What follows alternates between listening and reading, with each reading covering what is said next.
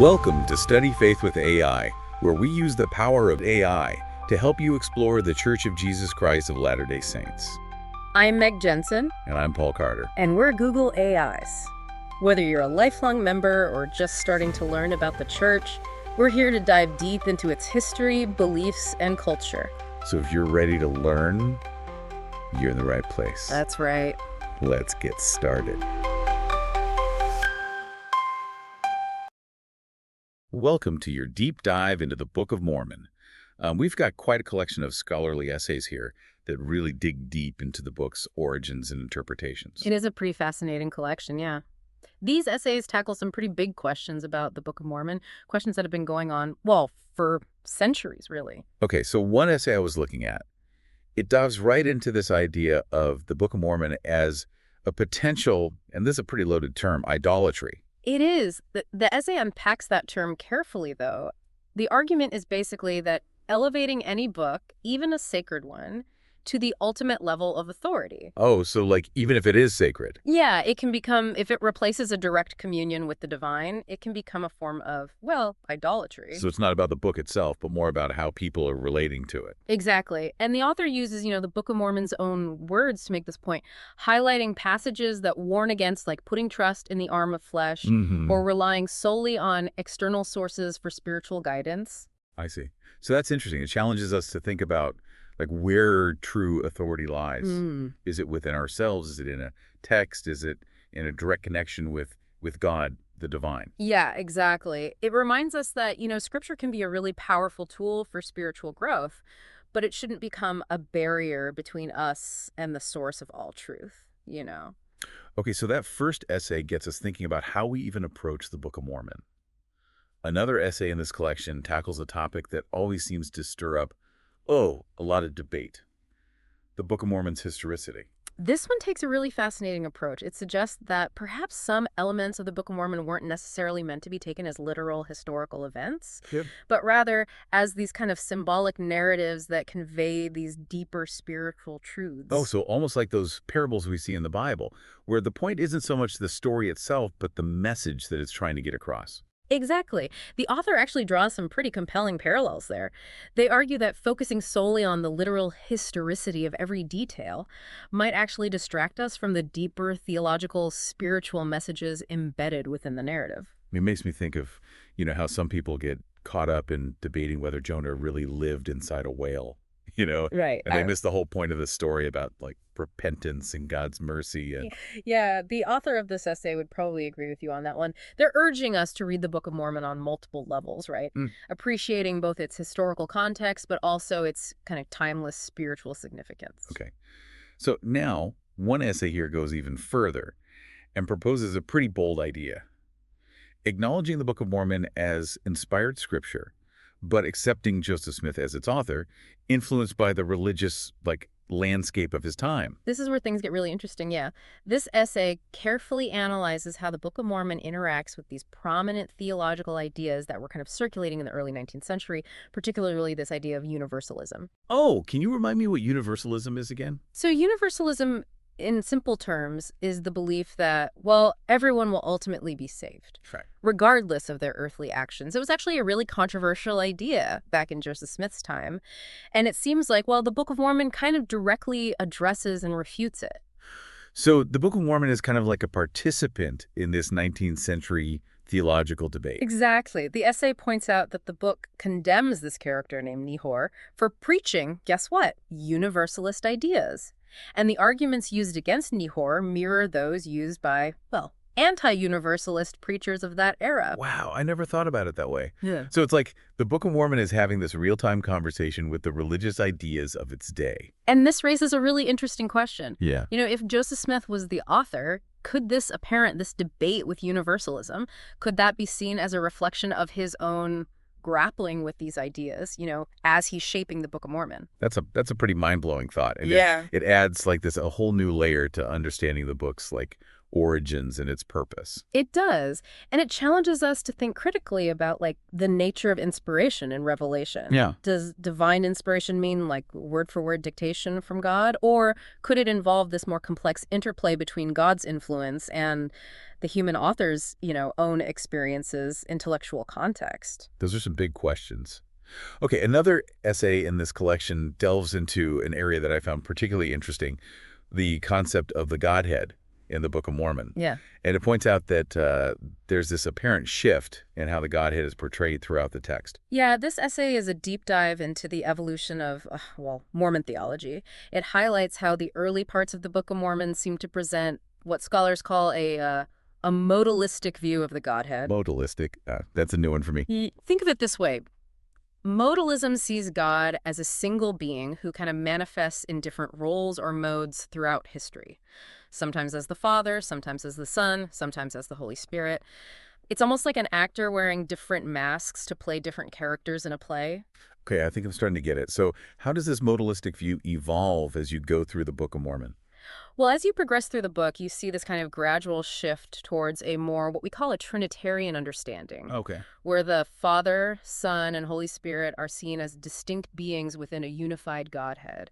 This is actually the view that eventually became the dominant theological understanding within Mormonism. So the Book of Mormon itself seems to mirror that development, of Mormon doctrine on the Godhead. That's one way to interpret it. And it raises this question again. Does this evolution reflect, a growing understanding on the part of Joseph Smith as he's dictating the text?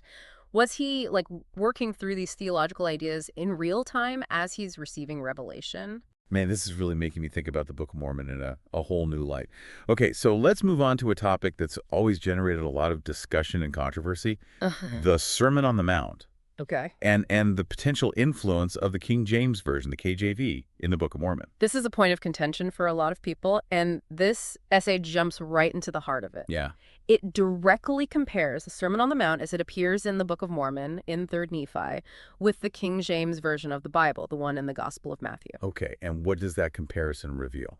Well, the essay points out some really intriguing overlaps. Not only does the Book of Mormon version kind of echo the KJV's language and phrasing, but it also appears to follow some later textual additions or even errors that are present in the KJV, but not in the earliest Greek manuscripts of the Bible. So the Book of Mormon has errors that came from the King James Version. That's what the essay is arguing. And this raises, a big question. If the Book of Mormon is supposed to be a direct translation of an ancient text, why would it contain these, KJV-specific errors? Yeah, I can see how that would be a big sticking point for people who question the book's authenticity. Yeah. It really challenges that traditional narrative of the Book of Mormon as a kind of pristine, uncorrupted translation. The essay also mentions that the Sermon on the Mount in the Book of Mormon seems to kind of streamline the original, biblical text. Okay. It removes some of the more challenging, complex teachings found in the Bible version. That's an interesting observation. It raises the question of whether this streamlining reflects, a conscious editorial decision or maybe an unconscious influence of Joseph Smith's own theological understanding.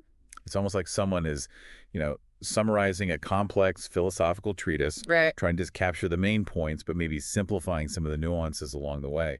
And that act of summarizing or simplifying can sometimes change the original message, even if unintentionally. Okay, this next essay dives into a topic that seems, more scientific than theological. It's this idea of population dynamics and the plausibility of the Book of Mormon's historical claims. Right.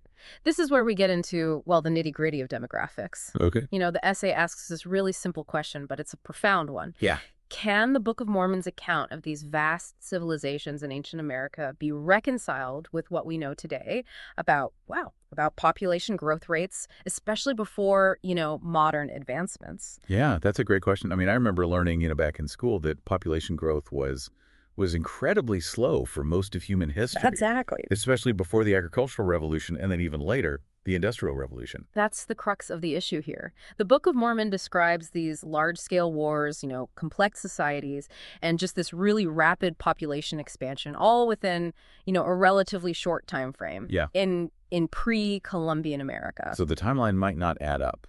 That's what the essay is suggesting. It argues that, Well, the population census and the growth rates that would be required to sustain all of these events described in the Book of Mormon might not have been feasible based on our current understanding of, of ancient demographics. So it's almost like trying to fit like 10 pounds of flour into a 5-pound bag. Exactly. The author actually uses these pretty sophisticated models and calculations Wow. to demonstrate that the population densities that are implied by the Book of Mormon narratives would have been extraordinary. Really? Yeah, they would have maybe even exceeding those of some modern nations. That's pretty crazy. I mean, it's such a stark contrast to the picture that we usually get, of like small kind of scattered tribes in pre-Columbian America. It is. It really forces us to kind of confront the possibility that the Book of Mormon's descriptions of these vast civilizations might be more symbolic or metaphorical than literally historical. Okay. So up next, we have an essay that tackles this age-old quest to actually pinpoint the Book of Mormon's geography.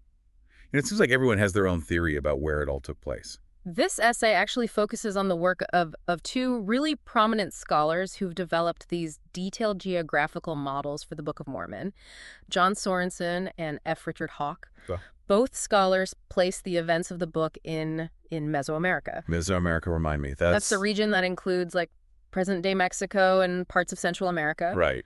And these models, they attempt to map out the Book of Mormon's journeys and battles and the cities onto a real-world landscape, using clues from the text itself and archaeological data. So like Book of Mormon cartographers trying to create a map of this lost world. Exactly. Sorensen's model, for instance, identifies very specific locations in Mesoamerica that he believes correspond to key Book of Mormon sites. Oh, wow. And he argues that the Nephites' directional system, well, it might have been, non-standard, which would help explain some of these geographical inconsistencies that have kind of puzzled people for so long. A non-standard directional system. I'm trying to picture that in my head. Imagine, like, if north, south, east, and west weren't these fixed directions on a compass, but were actually relative to, like, the observer's location or the terrain that they were traveling through. This could potentially explain why some of the Book of Mormon's journeys and the geographical descriptions seem to kind of defy our conventional way of map making. That's a really fascinating idea, though I can see why it might be controversial.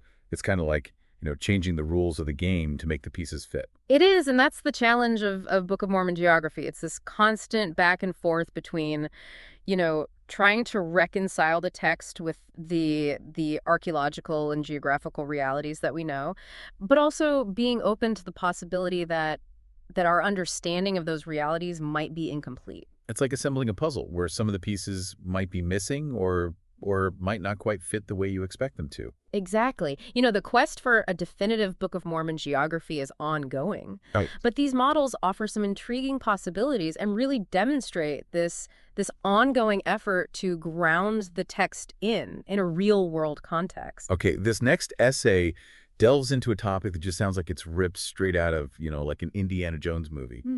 Ancient technology and material culture in the Book of Mormon. This essay focuses on some of the more tangible aspects of the Book of Mormon, things you could almost imagine holding in your hand, metalworking, weaponry, and even the types of animals mentioned in the text. So, we talked earlier about population sizes. What other elements of material culture in the book, seem to kind of challenge its historicity? Well, probably the most debated element is the presence of horses in the Book of Mormon. Okay. Horses are mentioned frequently, playing a key role in battles and transportation. Yeah. But there's really no solid evidence that horses existed in the Americas during the time frame that the Book of Mormon describes. Wait a minute. I thought, the Spanish brought horses over to the Americas. That's the common understanding, yes. Yeah. And while there's evidence that horses did exist in the Americas during the Pleistocene epoch, that was thousands of years before. Oh, okay. The events of the Book of Mormon, they're believed to have become extinct. Right. Long before the time periods that the book describes. So if there weren't horses, how do we explain those passages that talk about horses?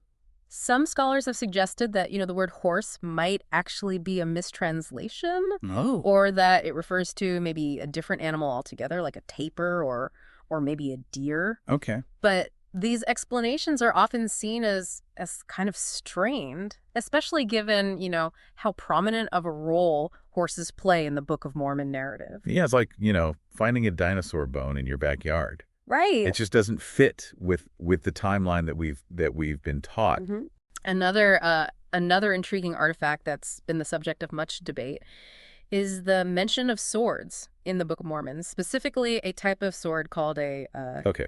a makuhol. A makuhidal. Okay, I have to admit, I'm not a weapons expert, but that name doesn't sound very European.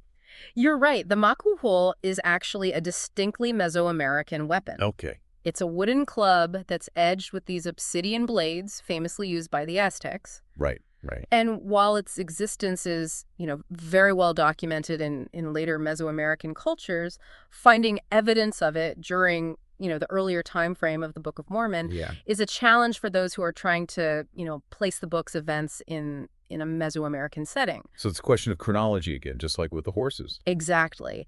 The presence or absence of certain artifacts can really help us kind of assess these historical claims that the Book of Mormon makes and refine our understanding of the cultural context in which it was produced. Okay, let's dive into an area that always kind of fascinates me, the mystery of the Book of Mormon's language. It claims to have been written in this language called Reformed Egyptian, but nobody seems to know what that actually is. Yeah, this is one of the most enduring, I think, enigmas surrounding the Book of Mormon. I mean, there's no like Reformed Egyptian Rosetta Stone lying around, right? Unfortunately not. Okay. And this lack of any external evidence has fueled, countless theories and debates. So we talked earlier about the possibility of, Hebrew written in Egyptian characters or hidden like Hebraisms within the English text. Mm-hmm. Are there any other like really intriguing theories out there? Some scholars have proposed that Reformed Egyptian might be like a form of shorthand or a cipher that ancient scribes might have used to condense information. I see. But, there's no concrete evidence to support that. Others have suggested that it might be, a completely lost language unique to the people described in the Book of Mormon. Yeah. But again, without any external corroboration, this remains speculation. Yeah, it's like trying to decipher a code without the key. Right. You can guess at the meaning, but you can never be like entirely sure. Exactly. The quest to, decode Reformed Egyptian continues. Yeah. But for now, it remains one of the Book of Mormon's, its most tantalizing mysteries. This deep dive has unearthed so many interesting insights already. I can't wait to see what we uncover in part 2. It's fascinating how these essays they weave together so many different threads. We've got history, theology, linguistics, even like demographics. It's like one of those crime procedurals where they bring in experts from all these different fields to piece together the whole story. Right, exactly.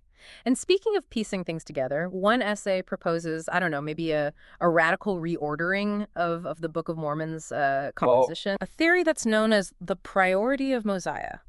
We touched on this a little bit in the last part. Yeah. What's the core idea behind this theory? Okay, so the traditional view is that, the Book of Mormon was dictated in the order that it appears in the text, right? Right. But this theory suggests that the Book of Mosiah, which comes fairly early on in the current order, might actually have been the first section that was dictated by Joseph Smith. So it's like shuffling the chapters of a book to create a totally different reading experience? It's a pretty significant shift, and the essay presents some intriguing evidence to kind of support this idea. It points to textual clues like shifts in vocabulary and these recurring themes, Right. and even like apparent inconsistencies that kind of make more sense if you think about Mosiah, coming first. Okay, I'm intrigued. Give me an example. What kind of inconsistencies are we talking about here? Okay, well, let's take the prophecy of Christ's birth. In the current order, Nephi and Lehi, they make these very specific predictions, about when and where Jesus will be born. Right. But later prophets, like Alma, they seem to have like no knowledge of these prophecies. Right. It's like they've forgotten something, something really crucial. Yeah, that does seem strange, especially for prophets. It does, but if we reorder the books so that Mosiah comes first, this apparent, amnesia, it suddenly kind of makes more sense. Okay. It suggests that the knowledge of these specific prophecies wasn't kind of introduced until later in the dictation process. It's like a plot twist in a mystery novel where the seemingly insignificant detail suddenly becomes like a major clue. And this isn't just about the prophecy of Christ's birth. Yeah. The essay actually traces the evolution of a lot of these key concepts, like baptism, the nature of Christ's church, and even ideas about the priesthood. And it argues that immersion priority makes these developments, I don't know, just more logical, more coherent. It's like watching a painter, layer colors on a canvas. Yeah. Each layer kind of building upon the previous one to create the final masterpiece. That's a great analogy. This theory really makes you think about the Book of Mormon as this work in progress, Yeah. this text that evolved over time, potentially reflecting, Joseph Smith's own kind of developing theological understanding. Okay, let's shift gears a bit and kind of dive back into the world of ancient technology and material culture in the Book of Mormon. Okay. Always feels like this high stakes game of historical detective work. It is. It definitely is. And this essay, it kind of throws this fascinating curveball into the mix by exploring this concept of what's called textual conservation. Textual conservation, what's that all about? So it's this idea that Joseph Smith, as he was, dictating the Book of Mormon, might have kind of unconsciously preserved certain linguistic features or phrases from the King James Bible, Okay. even when those features didn't quite fit the grammatical or stylistic norms of his time. So it's like a linguistic echo of his, cultural environment. Exactly. And this preservation or what they call conservation of these textual elements could provide insights into, the creative process behind the Book of Mormon and how Joseph Smith's mind might have interacted with that biblical text. Cool. I see where you're going with this, but how do we even distinguish between like intentional borrowing from the Bible Right. and this unconscious textual conservation? That's a great question. It requires like really careful analysis of the text, looking for patterns of word usage, grammatical structures, even like the types of errors that are present. Yeah. And this essay dives deep into this analysis, exploring specific examples of how the Book of Mormon seems to echo the KJV in these unique ways. It's almost like, those forensic linguistics experts who analyze the language of like a ransom note, to determine the author's background and education level. And Right, precisely. And just as, forensic linguistics can help solve crimes, textual analysis can help us understand this complex interplay of influences that might have shaped the Book of Mormon. Now, one essay delves into, this topic that's always sparked a lot of debate. Mm-hmm. This question of whether the Book of Mormon should be viewed as a historical record or as a 19th century work of like religious fiction. This is the fundamental question, right? Yeah. And this essay doesn't shy away from the complexities. So let's start with the argument for the Book of Mormon as a historical document. Wow. For what evidence do proponents point to? Well, some argue that the Book of Mormon's intricate narratives, like the detailed genealogies and the complex theological discussions, they suggest a depth and sophistication that would have been, well, really difficult for a 19th century author like Joseph Smith to You're saying it's too complex, it's too nuanced to be fiction. That's one line of argument, yeah. Okay. They also point to, archaeological discoveries in the Americas, like, the ruins of ancient civilizations, as evidence that supports the Book of Mormon's general premise of ancient inhabitants in the Americas. Okay, I can see how those points would be, persuasive for some people. They are. But what about the counter argument, the idea that the Book of Mormon is really a product of its 19th century context? Well, those who kind of hold this view argue that the Book of Mormon, it reflects these undeniable influences of 19th century religious ideas, social movement, and even political debates. I mean, we've already talked about potential connections to universalism. Right. And post-Reformation liturgical practices. And then there's those intriguing linguistic echoes of the King James Bible that we just talked about. Exactly. And this essay actually goes even further, exploring how the Book of Mormon might reflect 19th century concepts of race, gender, and even this idea of manifest destiny. Manifest destiny. So you mean the idea that American expansion across the continent was divinely ordained? Yes. And this essay argues that certain passages in the Book of Mormon, particularly those dealing with the Nephites' interactions with the Lamanites, can be interpreted through the lens of 19th century racial ideologies. So it's like the Book of Mormon is holding up this mirror to the cultural and social anxieties of its time? It's a really provocative idea. It challenges us to think critically about the ways in which even sacred texts can be influenced by the historical context in which they were produced. This deep dive is really making me re-examine my assumptions about the Book of Mormon. Yeah. Okay, one essay takes a fascinating approach by comparing the Book of Mormon to another 19th century religious text, the Book of Abraham. This is where things get really interesting. Okay. So the Book of Abraham, it's another text that Joseph Smith claimed to have translated from these ancient Egyptian papyri. Right. But just like with the Book of Mormon, the authenticity of the Book of Abraham has been challenged by scholars. So this essay is kind of comparing and contrasting these two texts. It is. It explores the similarities in how both books were presented, how they were translated, how they were received. Okay. And it analyzes the ways in which both texts reflect Joseph Smith's own kind of developing theological ideas. So it's like using one puzzle to help solve another. That's a great way to put it. By comparing and contrasting the Book of Mormon and the Book of Abraham, the essay highlights some really intriguing patterns in Joseph Smith's approach to revelation and translation. Now this next essay takes a deep dive into one of the Book of Mormon's most enigmatic figures. Yeah. The prophet Alma.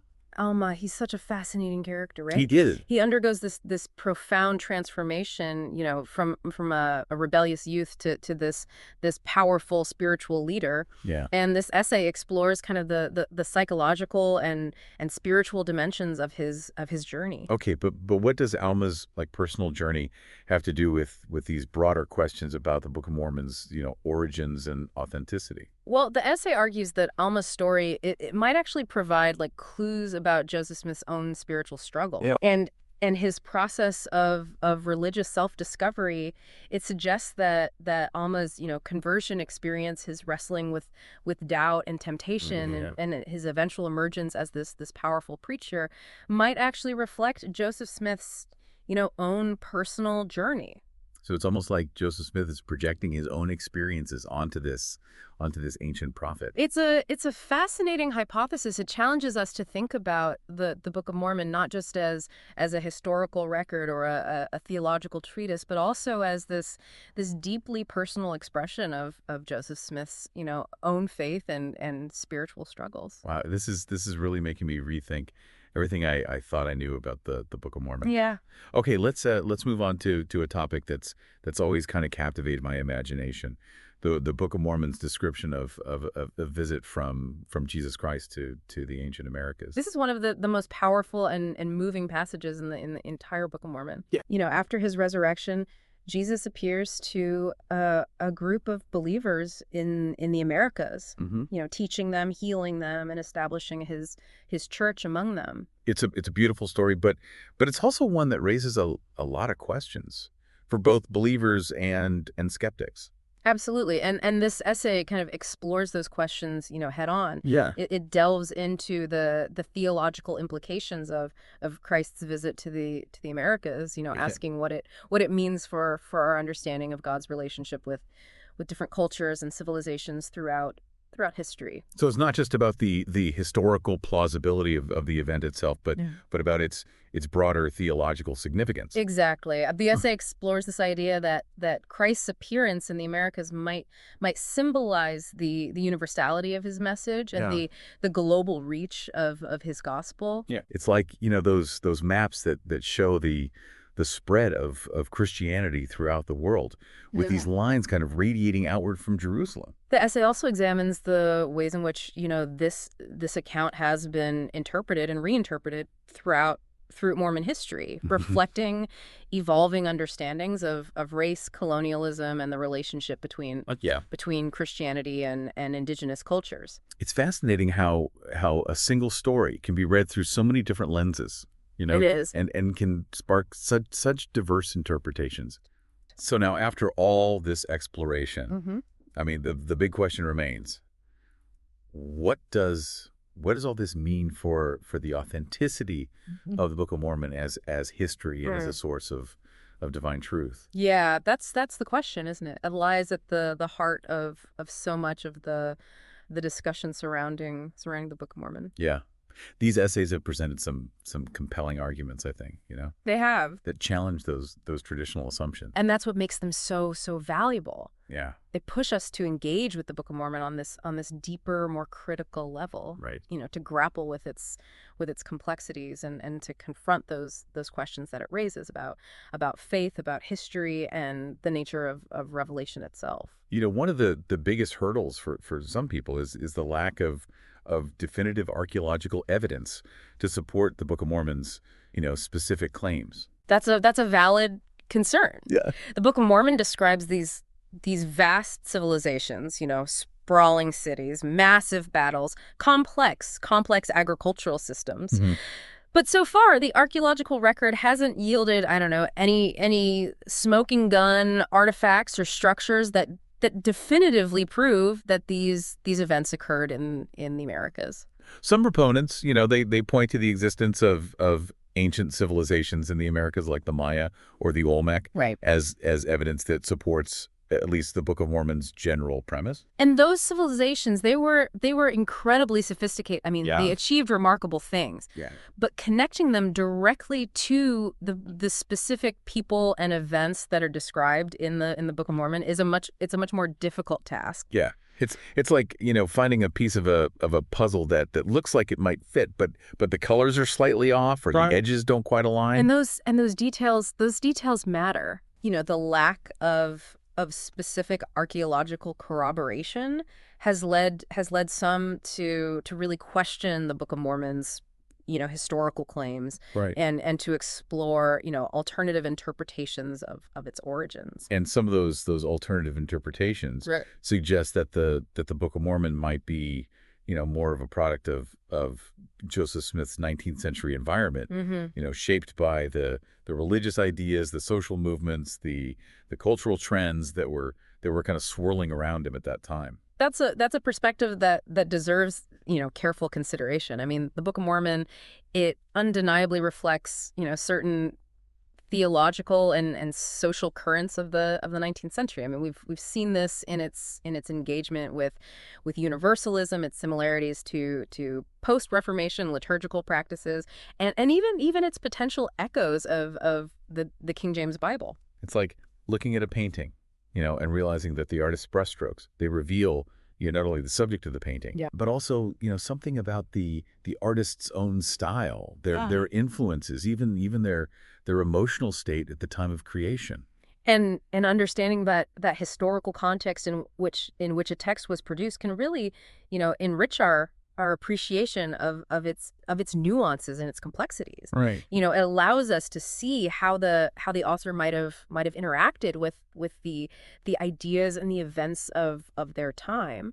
But some people might ask, doesn't this diminish the Book of Mormon's claim to be a divinely inspired text? That's a question that each individual, I think, has to wrestle with for themselves. Yeah. For some, acknowledging the possibility of human influence in the creation of the Book of Mormon might actually deepen their faith. Yeah. They might see it as a testament to God's ability to work through imperfect human instruments. It's like, the idea that God can speak through a burning bush, a dream, a still small voice, or even a humble carpenter. Exactly. The form of the message doesn't negate its power or its truth. But for others, this might challenge the very foundation of their belief system. And that's understandable. It requires a reevaluation of their understanding of inspiration, of revelation, and the nature of sacred texts. It's a deeply personal journey, and there are no easy answers. No, there aren't. What's important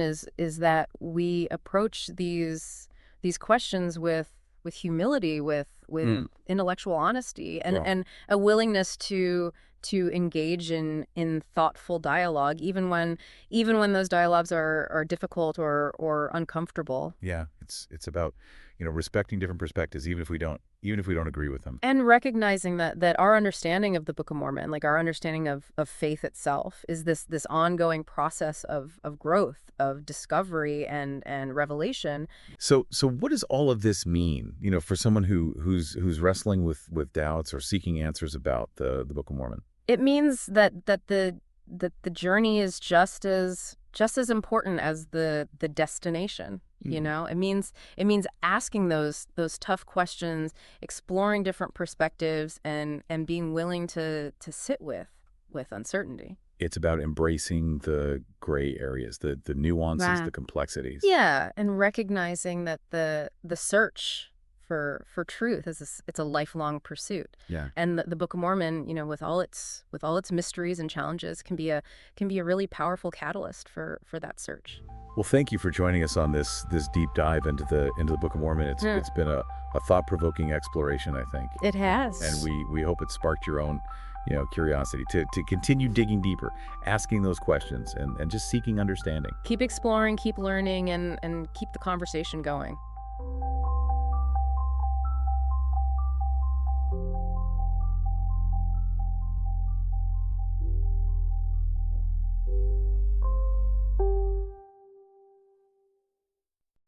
If you find value in this exploration, please like, share, follow, and consider becoming a subscriber.